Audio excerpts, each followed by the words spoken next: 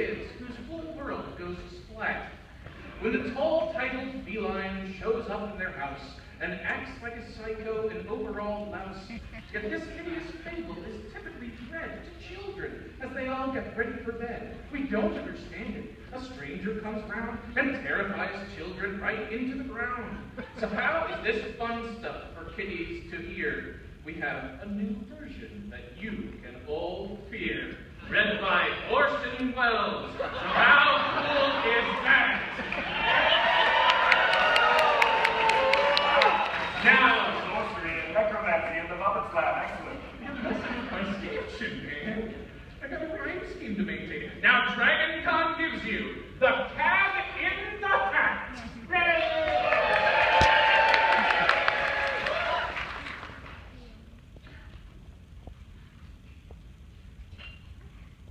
The Cad in the Hat, written by Peter David, as read by Orson Welles.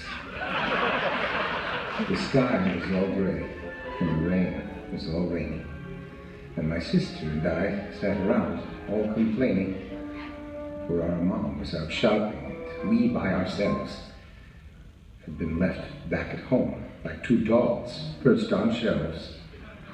And we sat, and we sat, and we sat, and we sat. And then who showed up but the Cad in the Hat? We heard a loud knock on our humble front door.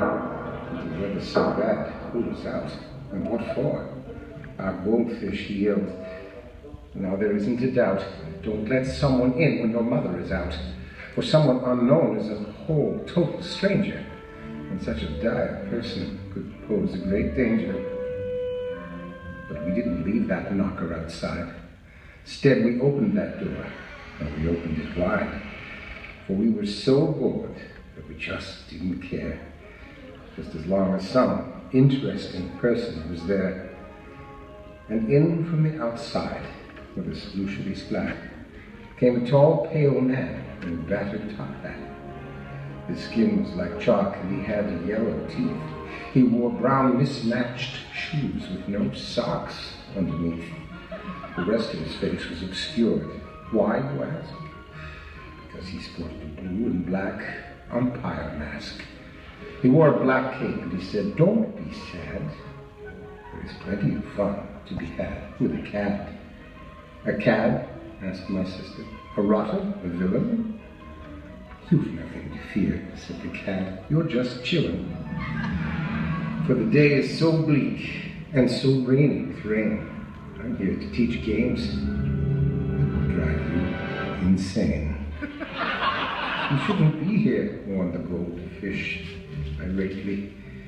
"Don't you know that strange men have stalked round these parts lately?" "You seem so concerned," said the Cat in the Hat. "Let's see if we all can do something about that.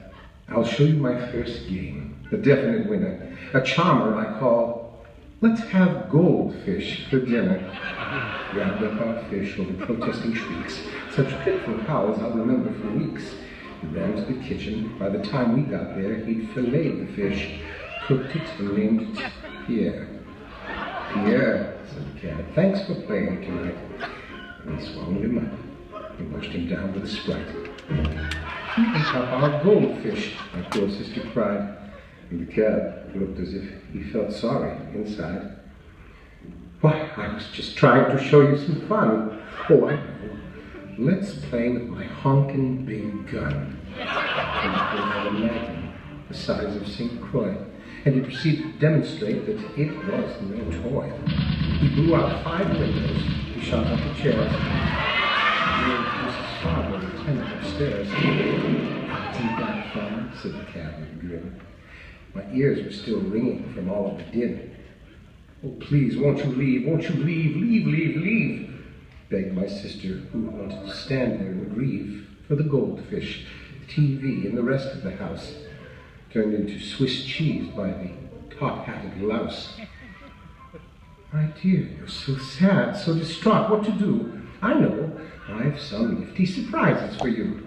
And he ran out the door as quick as a rocket, but dashed right back in before we could lock it. He was dragging a huge box as big as a coffin. In here, there's something you don't see too often. He opened the top, and out sprang a creature, which looked like a beast and smelled like my gin teacher. And then it was joined by a duplicate twin. They had horns, wings, and t-shirts which read, "Born to Sin." "And here," said the cat, "I'm presenting to you my two little screams, Scream 1 and Scream 2. Oh, the things they will do, the things they will do. And God help you both, because they're doomed to you." They pulled from their box all their torture devices, which they bought down at Kmart at discounted prices. We tried to break free, to escape through the house, but the cad, he pursued us.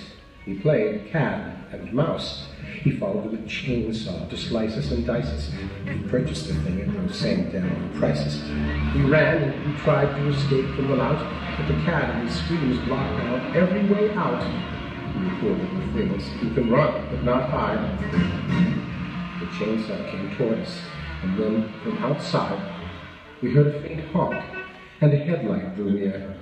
And the cat in the hat looked dismayed. "Oh, oh dear. Oh, oh dear, oh, oh dear, oh, oh dear, dear, dear, dear. Why, looky there, kiddies. Your mother is here." And he and his screams left the attic right then.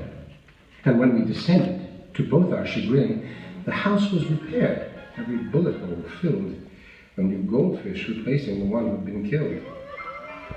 The chairs were restuffed, the windows reglassed. There was no sign at all of the mayhem that had passed. Through our young lives, this day, and as for the cat, he dragged out his box, and he looked a bit sad. We'd not scratched the surface of games we can play. Oh well, we must save it for some other day. And with those parting words, he then left straight away, and then he was gone, and our mother walked in. "Hello, little darlings, and how have you been? I'll change out of these clothes, and then you can say what you've been up to this rainy, wet day." Well, what should we say? We'd been jarred from our rut by a tall, homicidal, and top-hatted nut. It might be upsetting for our mom to hear that her two small children had come very near to winding up dead, thanks to judgmental blunder, of being two corpses stuck 6 feet down under. But before we decided on what course to pursue, our mom came downstairs, and she looked a bit blue. "Would you mind telling me why, my dear little pugs? Mrs. Farber has been shot up to bite-sized small chunks." Well, how to explain that the cat in the hat had done this foul thing? Oh, he'd done worse than that. For we've no evidence of what happened before. So, our lawyers told us not to say anymore.